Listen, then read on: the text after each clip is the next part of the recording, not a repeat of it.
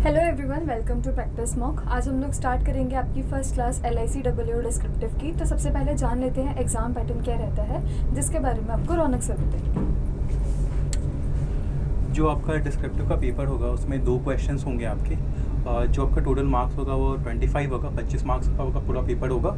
यहाँ पे ये जो पेपर है क्वालिफाइंग इन नेचर है, तो ये ना कैटेगरी के लिए अलग अलग क्वालिफाइंग मार्क्स पहले से बता दिए हैं। जैसे अगर आप SC, ST या फिर PW, BD कैटेगरी के हो तो आपको 25 मार्क्स में से 9 मार्क्स डिस्क्रिप्टिव में वहाँ पे लेके आने हैं। बाकी अदर्स जैसे जनरल हो गया, OBC है, AWS है, तो उनको 10 मार्क्स लाने हैं। ठीक है। और जो 2 क्वेश्चंस होंगे वो आपके ईमेल, रिपोर्ट, सिचुएशन एनालिसिस और प्रेशर राइटिंग टॉपिक्स पे होंगे। ठीक है। वहाँ पे आपको ऑप्शंस मिलेगा कौन सा आपको यहाँ टॉपिक वहाँ पे अटेम्प्ट करना है। और ये पूरा पेपर करने के लिए 2 क्वेश्चन करने के लिए आपको 30 मिनट्स मिलेगा। अब हम क्या करते हैं, जो यहाँ पे टॉपिक्स मेंशन है, आपका ईमेल है, रिपोर्ट है, सिचुएशन एनालिसिस है, प्रेशर राइटिंग है, उसका एक ओवरव्यू ले लेते हैं कि किस में आपको कैसे आंसर करना है, किस तरह के क्वेश्चंस आपको ये एक्सपेक्ट करने हैं। ठीक है। तो सबसे पहले आते हैं हम ईमेल राइटिंग पे। ठीक है। अब ईमेल राइटिंग में क्या होता है, आपको जस्ट लाइक आप जैसे लेटर लिखते थे, बाकी डिस्क्रिप्टिव में क्या होता था कि आपको पहले क्या होता था कि ऐसे और लेटर आता था most of the descriptive exams में। ठीक है। तो मोर और लेस वैसा ही होता है, हल्का फॉर्मेट में चेंज होता है, लैंग्वेज में चेंज होता है, जिसके बारे में दीप्ति मैम एक बार ओवरव्यू देंगे कैसे ईमेल को लिखना होता है, किस तरह के क्वेश्चंस आप ईमेल में एक्सपेक्ट कर सकते हो। ठीक है, तो ईमेल राइटिंग आपका है अब इसमें इंक्लूडेड है। तो सबसे पहले तो आप लोगों को ये चीज़ें पता होनी चाहिए किस तरीके के टॉपिक्स आपके पास आ सकते हैं। आप लोगों को कस्टमर ग्रीवियंस से रिलेटेड कुछ पूछा जा सकता है, आपके किसी पॉलिसी के बारे में पूछा जा सकता है, क्योंकि आप LICW के बारे में लिख रहे हैं। बट ये स्पेसिफिकली सिर्फ यही 2-3 चीज़ें नहीं हैं, और भी हो सकता है, मतलब एक जनरल आइडिया है। ठीक है। उसके बाद में सबसे इंपॉर्टेंट चीज़ है ईमेल राइटिंग में जो आपको ध्यान में रखनी है कि आपको प्रिसाइज रखना है, आइडिया बिल्कुल अच्छे से कन्वे करने की कोशिश करनी है, क्लियर वर्ड्स में।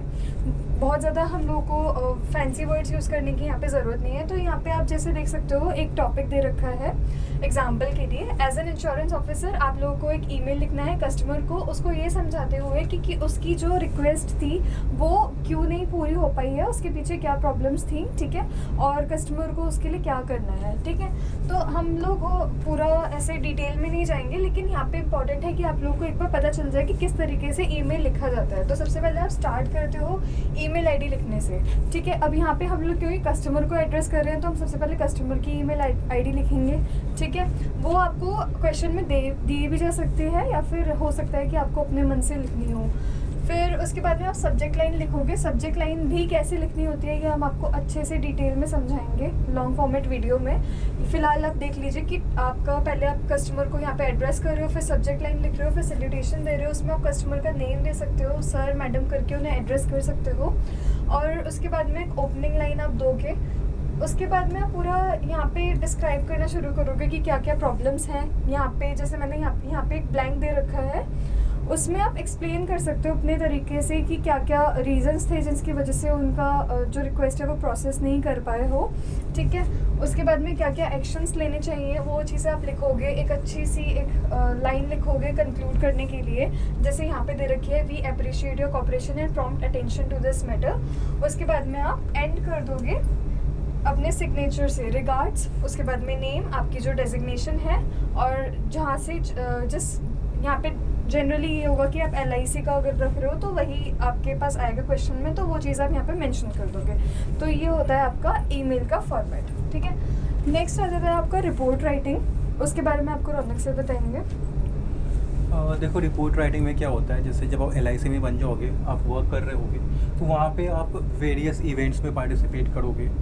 कुछ सिचुएशन वहाँ पे आएगा, तो वहाँ पे जो प्रोसेसेस किए गए उनको आपको ऑब्जर्व करना होगा और उस पर एक रिपोर्ट बनानी होगी। तो रिपोर्ट राइटिंग में वही होता है कि आप वो जो भी इवेंट हुआ, ऑब्जर्वेशन हुआ, उसके जो की डिटेल्स है आपने एक प्रॉपर फॉर्मल लैंग्वेज में लिखा, और अपने अथॉरिटीज़ जो भी वहाँ पे मेंशन है जिनको रिपोर्ट सबमिट करनी है, वहाँ पे उनको सबमिट कर दी। जैसे एग्जांपल में ले तो आपको एक रिपोर्ट लिखनी है, किसको लिखनी है, तो सीनियर डिविजनल मैनेजर है आपके, उनको लिखनी है इवेंट क्या हुआ, एक फ्री पॉलिसी एलोकेशन इनिशिएटिव लिया गया था, आपकी टीम ने लिया था, ठीक है। और किसके लिए लिया था, तो जो इनफॉर्मल सेक्टर में काम करते हैं वर्कर्स, उनके लिए लिया था।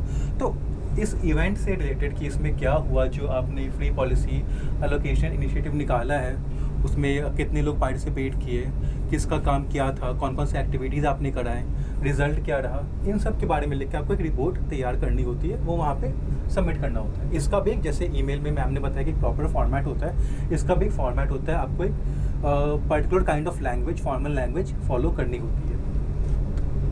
जैसे हम देखते हैं, सबसे पहले क्या है, आप डेट लिखते हो, जिस डेट को आप रिपोर्ट लिख रहे हो। फिर वहाँ क्वेश्चन में मेंशन था कि किसको लिख रहे थे, सीनियर डिविजनल मैनेजर, टू में लिख दिया। अब क्वेश्चन में जो भी मेंशन होगा वो लिखोगे वहाँ पे।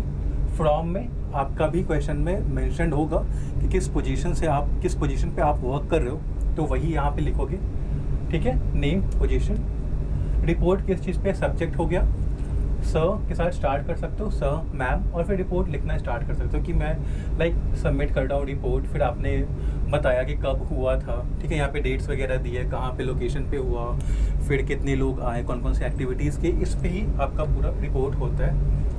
आपका रिस्पांस कैसा रहा, आपने जो एक्टिविटीज़ कराई, जैसे इनफॉर्मल सेक्टर पे वर्कर्स के लिए था, तो वर्कर्स का क्या रिस्पांस था, उनका फीडबैक क्या था, आपने जो इनिशिएटिव कराया उसके लिए, ठीक है, वो लिखा। फिर कंक्लूजन में आप एक सजेशन देते हो कि जैसे अगर इनिशिएटिव में अगर आपको लगा कि कुछ चीज़ें आपने कुछ नोटिस किया, ऑब्जर्व किया कि हाँ यहाँ पे हम और बेटर कर सकते हैं, तो वो चीज़ आप इंक्लूड करोगे कंक्लूजन में। साथ ही रिकमेंडेशन दोगे कि हाँ ऐसे हमें इस तरह के इनिशिएटिव्स कराते रहने चाहिए, फिर इसका क्या फ़ायदा होगा। तो ये होता है रिपोर्ट का एक जनरल आइडिया। अब ये वेरी करेगा किस तरह का इवेंट है, क्वेश्चन में कौन सा इवेंट दिया है। जैसे यहाँ पे हमने एक एग्जाम्पल के लिए लिया था यहाँ पे कि एक फ्री पॉलिसी एलोकेशन इनिशिएटिव हुआ था।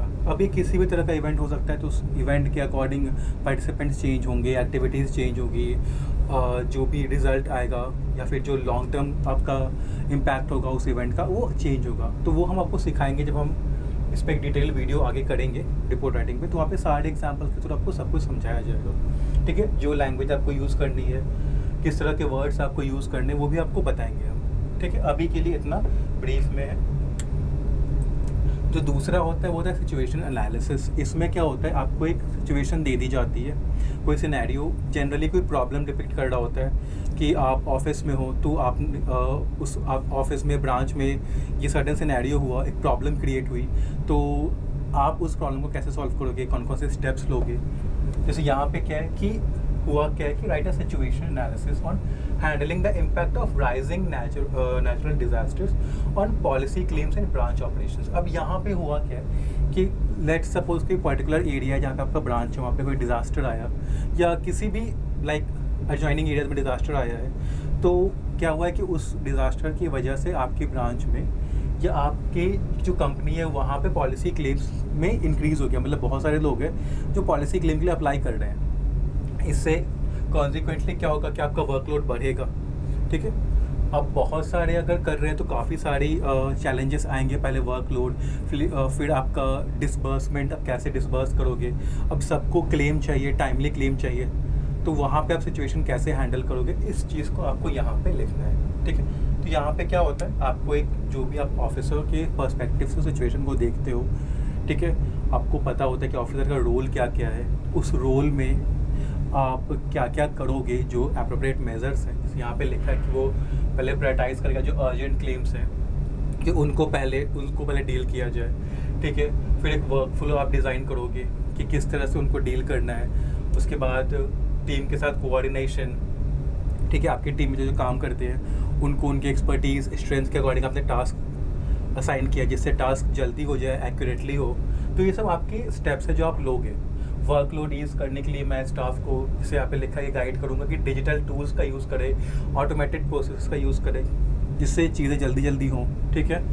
उसके बाद सपोर्ट भी आप दोगे, और थ्रू आउट आप अपना भी जो एटीट्यूड है वो भी मेंशन करोगे कि अगर जैसे कि वर्कलोड होता है तो काफ़ी टेंस सिचुएशन बन जाता है, तो वहाँ पे आप किस तरह के एटीट्यूड को मेंटेन करोगे, आप काम रहोगे, सपोर्टिव रहोगे, तो अभी लिखा है कि क्लियर कम्युनिकेशन आप मेंटेन करोगे दोनों के साथ, पॉलिसी होल्डर्स के साथ भी, क्योंकि आपके जो पॉलिसी होल्डर्स हैं उनको भी आपको कम्युनिकेट करना है प्रॉपर वे में कि उनका जो प्रोसेस है वो टाइमली हो रहा है। आपको अपने स्टाफ के साथ भी वो करना है कोऑर्डिनेट प्रॉपर वे में कि वो काम सही से हो जाए। तो ये सारी चीज़ें आप करोगे। साथ ही एक बार जब ये हो जाए तो आप एक ये भी दिखाओगे कि आप लाइक लॉन्ग टर्म स्ट्रैटेजी क्या रहेगी, अगर आगे और ऐसा सिचुएशन आता है तो उसके लिए आप अभी से कौन कौन से स्टेप्स लोगे कि आगे अगर फ्यूचर में सिमिलर सिचुएशन आता है तो कैसे इफेक्टिवली डील किया जाए। तो वो आप यहाँ पे लिखोगे कंक्लूजन लाइन में, ठीक है। तो सिचुएशन एनालिसिस यही होता है। जो लास्ट आपका टॉपिक है वो है प्रेशर राइटिंग, जिसके बारे में आपको दीप्ति मैम बताएंगी कि इसमें क्या करना होता है। ठीक है, तो प्रेशर राइटिंग में क्या रहता है, आपके पास में आपको एक पैसेज मिल जाता है एंड आपको उसे पढ़ के उसमें से की पॉइंट्स निकाल के अपनी एक समरी रेडी करनी रहती है। ठीक है, जो यूजुअली क्या रहता है, आपका ओरिजिनल पैसेज जो रहता है उसका 1/3 वर्ड्स में आपको लिखना होता है। फॉर एग्जांपल अगर हमने आपको 150 to 170 वर्ड्स दिए हुए हैं तो आप अराउंड 50 वर्ड्स में उसको समराइज़ कर दोगे। यहाँ पे एक ट्रिक ये होती है, प्रेशर राइटिंग की प्रैक्टिस आपको इसीलिए करना ज़रूरी है क्योंकि आपको ये चीज़ें पता लगानी है कि क्या इम्पॉर्टेंट है। ठीक है, पैसेज बहुत लंबा होता है, उसमें से आपको जिस्ट निकालना होगा, तो उसके लिए आपको प्रैक्टिस की ज़रूरत रहेगी। ठीक है, सो जैसे कि आपको यहाँ पे ना लाइफ इंश्योरेंस के बारे में बता रखा है कि लाइफ इंश्योरेंस के क्या क्या चैलेंजेस रहते हैं, ठीक है, पॉलिसीज़ के, स्पेशली रूरल एरिया में। तो उसके बारे में बहुत सारी चीज़ें यहाँ पे मेंशन हो सकती हैं कि लोगों के पास में अवेयरनेस नहीं रहती है, उनके पास में एक्सेस नहीं होता है। ठीक है, उनके लिए चीज़ें समझना काफ़ी ज़्यादा कॉम्प्लेक्स हो जाता है, बहुत सारे प्रॉब्लम्स हो सकते हैं। तो जो भी आपको टॉपिक दिया होगा डिस्कशन के लिए, उसको आपको किस तरीके से समराइज़ करना है कि आपको वहाँ पे जस्ट आप कैप्चर कर लो, वो चीज़ बहुत ज़रूरी होती है। ठीक है, जैसे कि हमने यहाँ पे बात कर रखी है कि लाइफ इंश्योरेंस बहुत ज़्यादा ज़रूरी है हमारी फाइनेंशियल सिक्योरिटी के लिए, लेकिन फिर भी अवेयरनेस नहीं है। स्पेशली क्या होता है, हमारा रूरल एरियाज़ में अवेयरनेस नहीं होती है। ठीक है, लोगों को नॉलेज नहीं होती कि क्या क्या बेनिफिट होता है लाइफ इंश्योरेंस पॉलिसीज़ का।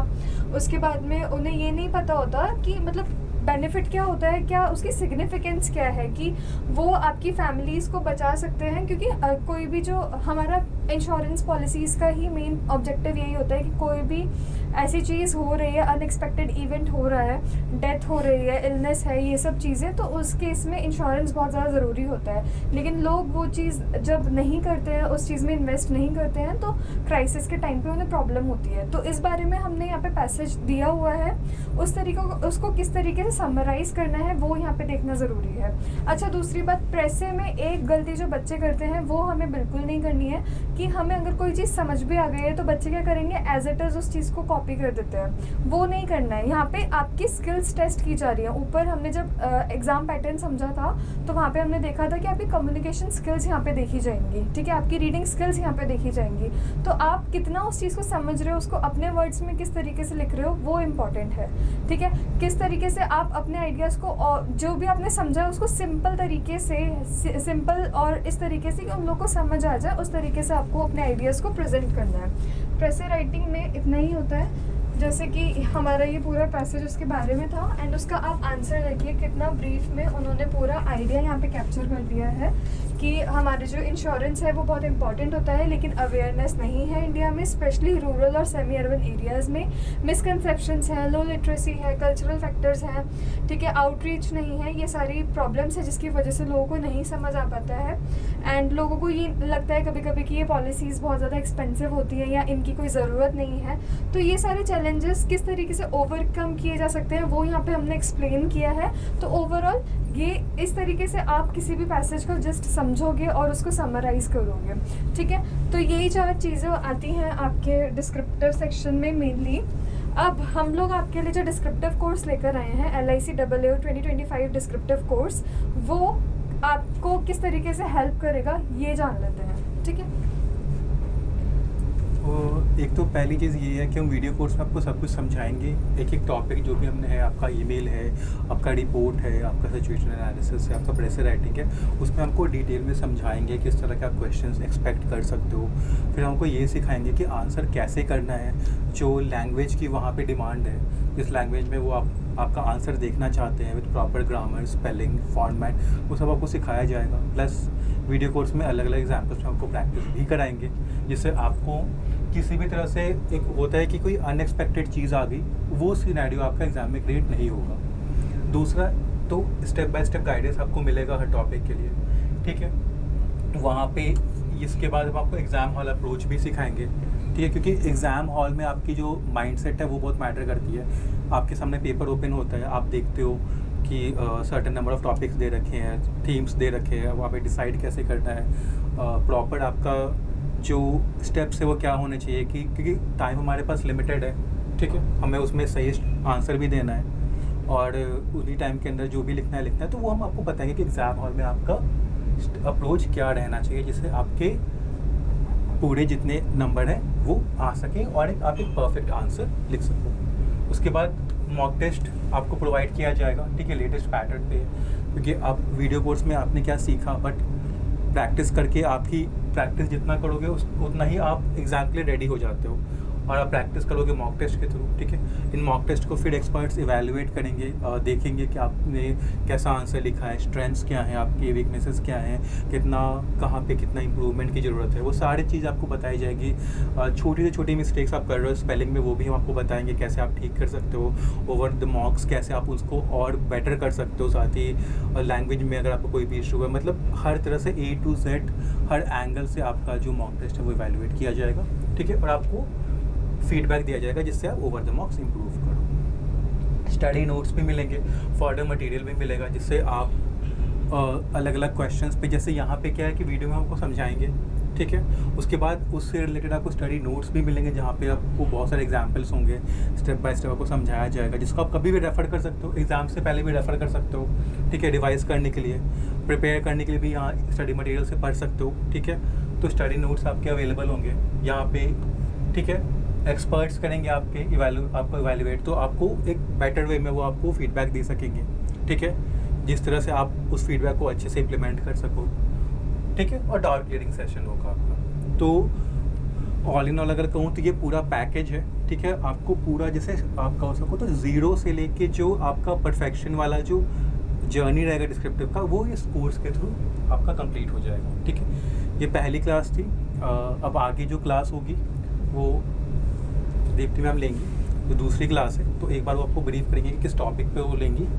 ठीक है, तो हम आपकी नेक्स्ट क्लास ईमेल पे करेंगे। अभी तो हमने बहुत ब्रीफ में देखा था क्या फॉर्मेट रहता है, तब हम देखेंगे कि क्या क्या पॉसिबल आपके हो सकते हैं टॉपिक्स जिन पे आपको ईमेल लिखने के लिए दिया जा सकता है, किस तरीके से हमको ईमेल लिखना स्टार्ट करना है।